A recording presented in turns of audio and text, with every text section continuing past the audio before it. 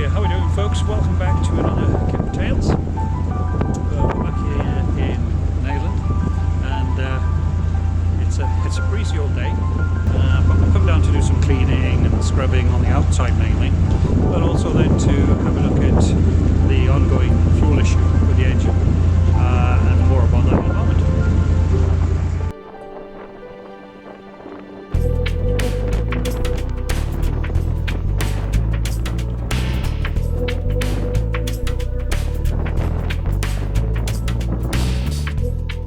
To you before, it's been quite some time since we've done any sort of videos, and we've got COVID to thank for that, really. Given the nature of my normal work these days as well, no hints of course, it's been extremely difficult to get down to the boat as well. Of course, during the lockdowns it was impossible to come down. We just weren't allowed to do it. Luckily, for a good percentage of the time, Kipper was out of the water, but as a consequence of that, a lot of the work that I wanted to do myself, such as scraping down, anti-fouling, that sort of stuff, I had to contract out, really, and of course that cost me a small fortune. But we're here today at Kipper, and as you recall, think back to this vid, we had an issue before with air getting into the diesel and the fuel system. Unfortunately, whilst I tried a lot of things, including changing all the pipe right back from the tank and putting a new filter in, all that sort of stuff, it still seems to be doing it. It has a tolerance of about half an hour, and then it's full of air again, which obviously, as you can appreciate from a boating point of view, is not good at all. So we're just on the tail end of what has been quite a significant breezy morning from the south. Gale force winds as such in areas, and even here we've had 50-60 miles an hour gusts, which is quite significant. The advantage at the moment is that the tide is out. So what that means basically is that we're sitting a little bit lower in the harbour marina than we otherwise might be, so that we're sort of hiding out of the wind a little bit, which is good. So my mission today is to replace the bleed screw or nut on the secondary fuel filter. I'll show you a little bit more about that in a second. And this is basically it, that's it, and it has this tiny old ring on it as well. Now there is one of those in place already, but I've not replaced it since becoming the custodians of Kipper. So my mission is to try and replace that now, bleed up the system again, and see if we can run it for half an hour or so again, and see whether she's going to do the same thing. If nothing else, as so often is the case, we've eliminated that as a possibility. The rain's coming back, and it's coming in through the companion way. See what I mean? I wasn't kidding, look at it. Bright and sunny, but horrible. Right, close the old hatch a wee bit. Okay, so the screw nut in question is this one here. So the mission is to replace that, try and bleed up the system again, and see whether that's going to help our cause. I've just run the engine for a good 10 minutes already, and while she's had a couple of coughs, A, I'm impressed the way she started, because she hasn't started in months, and B, it's continued to run. Okay, so God, getting drenched here. Now I have slackened that slightly already.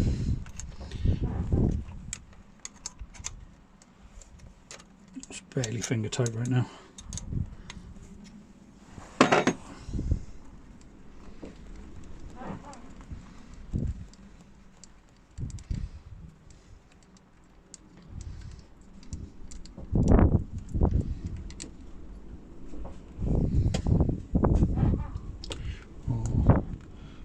Closer look at that in a minute.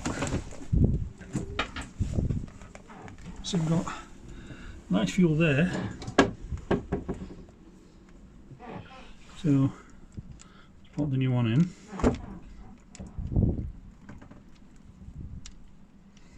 Okay, so that's changed. I've bled it again, and there seems to be quite a lot of hissing coming out of it.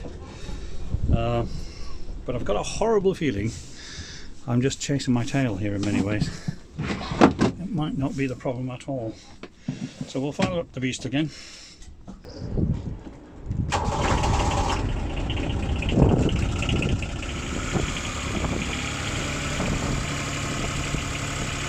Okay, so we're running.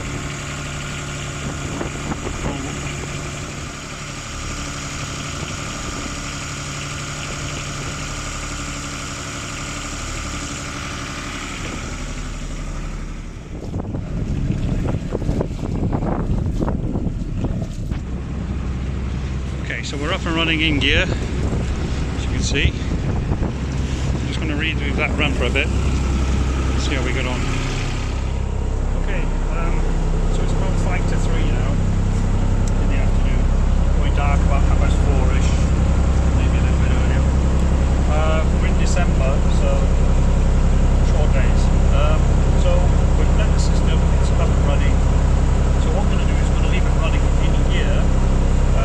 Let's see how we get on. Meanwhile, we're going to do some work up top, a bit of scrubbing. See, she's looking pretty green in places. So we're going to splash some water around, give her a scrub, see what we can do. Try and cheer her up a bit, tell her a joke or two. Hope that helps. Still blowing old boots here, mate. Just made an interesting discovery here. Just been looking at the old I don't know if you can see too well in this light, but it's actually chamfered off.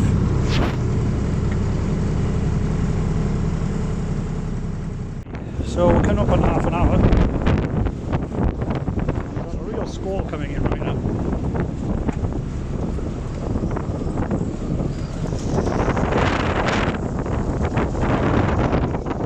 See, it's really blowing over.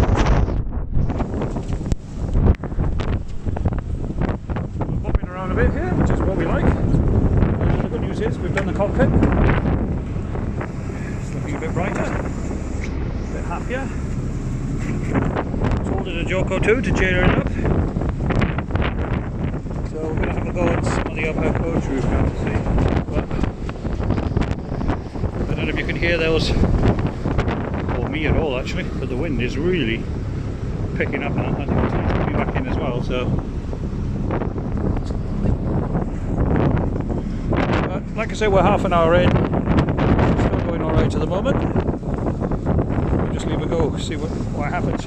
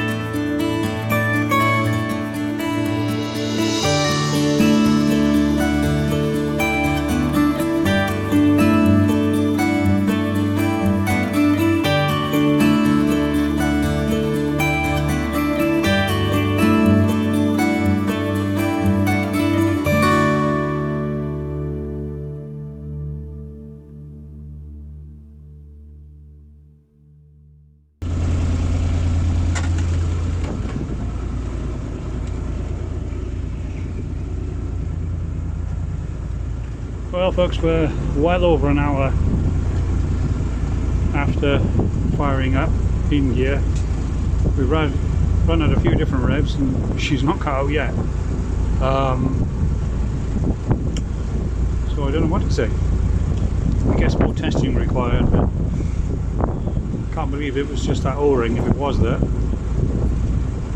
Although having seen the pictures it didn't look great, did it? Station been going for probably about an hour and a half now in gear, and she's not really coughed yet. We've changed revs a few times and what have you. Seems to be okay, but I don't know, I'm still a bit sceptical at the moment. Obviously engines are one of those things you don't want to mess around with, you know? When you hit that button you want it to go, and you want it to keep going until you tell it to stop. There you go, we'll keep working at it. So, some progress made, but more testing required. But for the prospect of another day's work tomorrow, and the daylight fading fast, it's time to head home.